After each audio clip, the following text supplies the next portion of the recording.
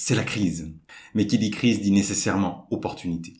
Dans cette vidéo, nous allons voir comment tirer profit de cette crise au travers par exemple des marchés boursiers, des marchés obligataires, mais aussi de l'immobilier qui devrait un petit peu corriger dans les prochains mois et qui peut être une opportunité intéressante. Bonjour et bienvenue sur la chaîne de l'investissement. Avant de vous parler de l'origine de cette crise pour en comprendre mieux les opportunités, je vais vous inviter à liker la vidéo dès maintenant. Pour commencer, nous allons voir les origines de cette crise et quelles en sont les conséquences pour ensuite en comprendre les opportunités. Nous avons eu ces 2 dernières années des années extrêmement difficiles à cause notamment de 2 événements majeurs. Début 2020, on a été frappé par une épidémie mondiale qui est venue perturber l'ensemble de l'économie mondiale en fermant complètement certaines économies, en arrêtant presque la chaîne de logistique mondiale qui est une gigantesque machine qui est très difficile à redémarrer. Après une année 2021 quelque peu chaotique à cause des restes de cette épidémie, mais aussi ce début d'année 2022 qui a vu éclater la guerre entre la Russie et l'Ukraine, on s'est retrouvé avec des pénuries et un déséquilibre de l'offre et la demande sur un certain nombre de produits, que ce soit des produits de première nécessité ou des produits manufacturés qui étaient faits dans des pays loin de la France, mais qui se retrouvent ne plus être disponibles sur le marché à cause de ces différents grains de sable qui sont venus se mettre dans la machine de l'économie mondiale. La principale conséquence de tous ces événements a été un fort déséquilibre entre l'offre et la demande qui a mené à une inflation de plus en plus élevée dans tous les pays développés et dans une grande partie des pays du monde. Et cette inflation, c'est pas juste une petite augmentation des prix. On en parle dans certains pays de 10, 15, 20% d'augmentation des prix, voire même beaucoup plus dans certains pays qui étaient déjà instables auparavant. Du coup, cette augmentation met à rude épreuve l'économie puisque les revenus des ménages ne suivent pas les dépenses qui sont croissantes. Pour contrer l'inflation, il n'y a pas 50 manières de faire. Si la demande devient trop forte par rapport à l'offre dans certains domaines, voire dans beaucoup de domaines, eh bien il faut diminuer cette demande pour pouvoir permettre à l'économie mondiale de se rééquilibrer. C'est ce que les banques centrales de la plupart des pays du monde, dont la Banque centrale européenne et la Fed américaine, essayent de faire en augmentant leur taux directeur, ce qui rend l'accès au crédit plus compliqué de manière générale, et donc les gens vont mécaniquement faire moins appel à ce crédit et moins investir. En investissant moins, la demande va mécaniquement diminuer puisque tous ces nouveaux projets reportés ne vont pas demander de matières premières immédiates. Aujourd'hui, on arrive à une situation où les taux ont quand même monté massivement, ce qui a un impact important sur l'économie. Et ce sont ces taux qui sont aujourd'hui la clé de ce qui doit nous dire dans quoi investir. En tout cas, c'est mon opinion. Pour comprendre les opportunités d'investissement, il faut se mettre aujourd'hui dans la tête d'un fonds d'investissement qui gère des milliards. Ce fonds d'investissement, aujourd'hui, il a l'opportunité d'investir dans la dette la plus sécurisée qui soit, c'est-à-dire dans la dette américaine, à 4% sur une durée de 10 ans. Ça veut dire qu'aujourd'hui, il n'y a quasiment aucun risque d'investir à 4% de rendement. Et que si on va sur des dettes un peu plus risquées sur des sociétés américaines, on peut monter sur 5-6% sans trop de soucis. Alors pourquoi aller se casser la tête à prendre des risques importants et subir la volatilité, par exemple, de la bourse? La volatilité, je le rappelle, c'est le fait que la bourse fluctue énormément. D'une année sur l'autre, on peut perdre 10%, alors que fondamentalement, l'économie ne se porte pas plus mal que l'année précédente. C'est juste que la bourse a aussi ce phénomène de volatilité qui peut peser sur votre portefeuille. Donc, la bourse peut faire partie des opportunités, puisque les grands acteurs aujourd'hui ont délaissé quelque peu la bourse pour investir. C'est un peu moins vrai au moment où je fais cette vidéo, puisqu'on est sur des plus hauts depuis plusieurs mois, mais si on a une nouvelle correction, il pourrait être intéressant de s'intéresser à plusieurs typologies d'actions. Premièrement, les actions qui profitent le plus d'une hausse de taux sont généralement les actions bancaires, et pourraient bien connaître une hausse importante dans les prochaines années. En tout cas, c'est une analyse que l'on peut faire puisque lorsque les taux augmentent, elles vont elles-mêmes augmenter le taux de crédit et se faire des marges plus importantes.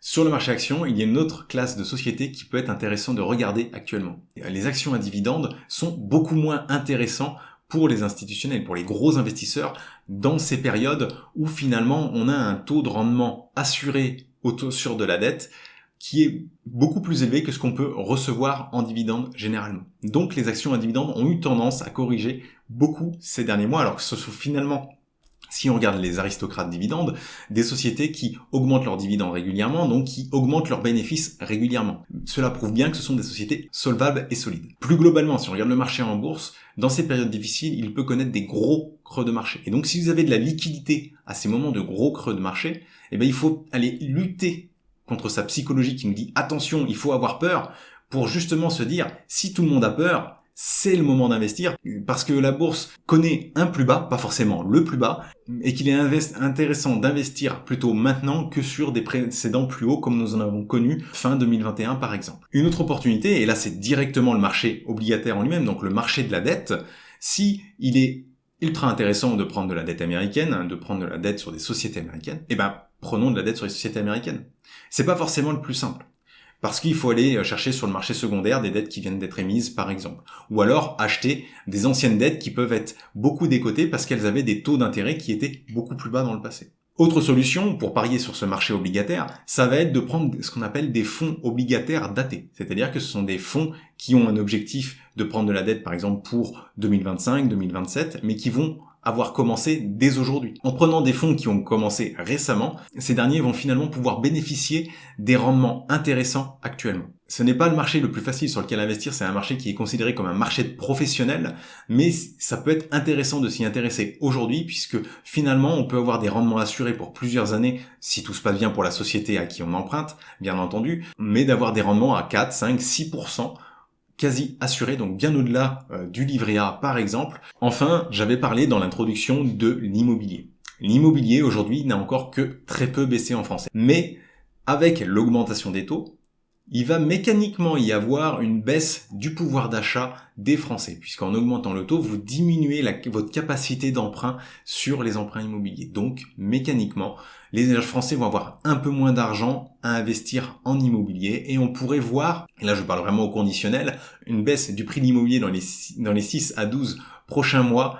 Et je vous invite à regarder et à suivre ça de près, notamment si vous avez des liquidités. Ces liquidités pourraient vous servir à obtenir un crédit de manière assez facile au moment où l'immobilier sera le plus bas. Et donc de vous acheter des opportunités en or en augmentant soit votre rendement locatif, ou soit en vous permettant simplement d'acheter à bon compte et donc de pouvoir probablement avoir une plus-value plus importante dans le futur. D'autant plus que les loyers ont tendance à suivre l'inflation avec un peu de retard. Donc on pourrait se retrouver dans les mois à suivre avec une baisse du prix de l'immobilier et une petite augmentation des loyers. Ce qui pourrait augmenter quelque peu le rendement moyen locatif que l'on peut trouver en France dans les prochains mois. Et je voulais également vous proposer un autre type d'investissement qui là est complètement différent et ne permet pas forcément de profiter de la crise financière que l'on connaît ou de la crise économique qu'on connaît, mais plus de la crise écologique que l'on pourrait connaître dans les années à venir et dans les dizaines d'années à venir.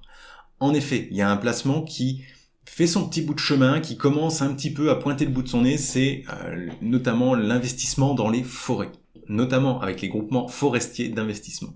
Ces groupements forestiers, ces GFI, sont des fonds d'investissement qui investissent dans des parcelles de forêt, qui les exploitent, donc qui font payer les gens pour aller couper des arbres et qui font payer des gens pour la chasse, pour toutes les autres activités qu'il peut y avoir dans la forêt. Ces forêts offrent aujourd'hui des rendements autour de 2% à l'année. Ça paraît relativement faible, mais avec la diminution des ressources mondiales à cause de la consommation mondiale, de manière générale, il y a un mouvement qui commence à s'enclencher et qu'on peut essayer de deviner, et en tout cas sur lequel moi je pourrais faire un pari je pense dans les mois ou dans les années à venir, c'est que finalement le prix des forêts, au-delà du rendement lié à la coupe, on pourrait voir une valorisation des parts de ces prix-là, puisque les forêts pourraient voir leur valeur augmenter.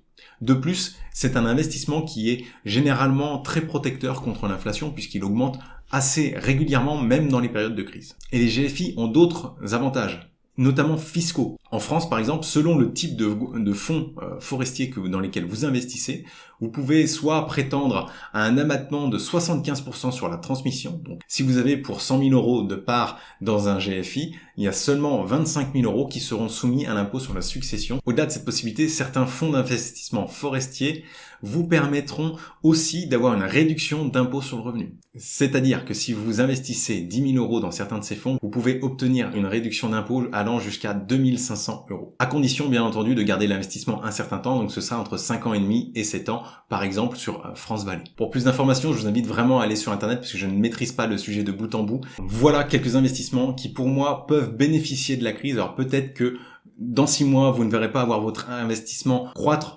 significativement, mais sur le long terme, investir au moment d'une crise est souvent la meilleure façon de faire croître son capital si on dispose de liquidités. Si vous voulez d'autres vidéos du genre, n'hésitez pas à vous abonner. Si vous voyez aussi d'autres types d'investissements qui peuvent bénéficier de la crise actuelle, laissez-moi un commentaire et je le relayerai avec plaisir et j'espère peut-être découvrir de nouvelles pépites dans les commentaires.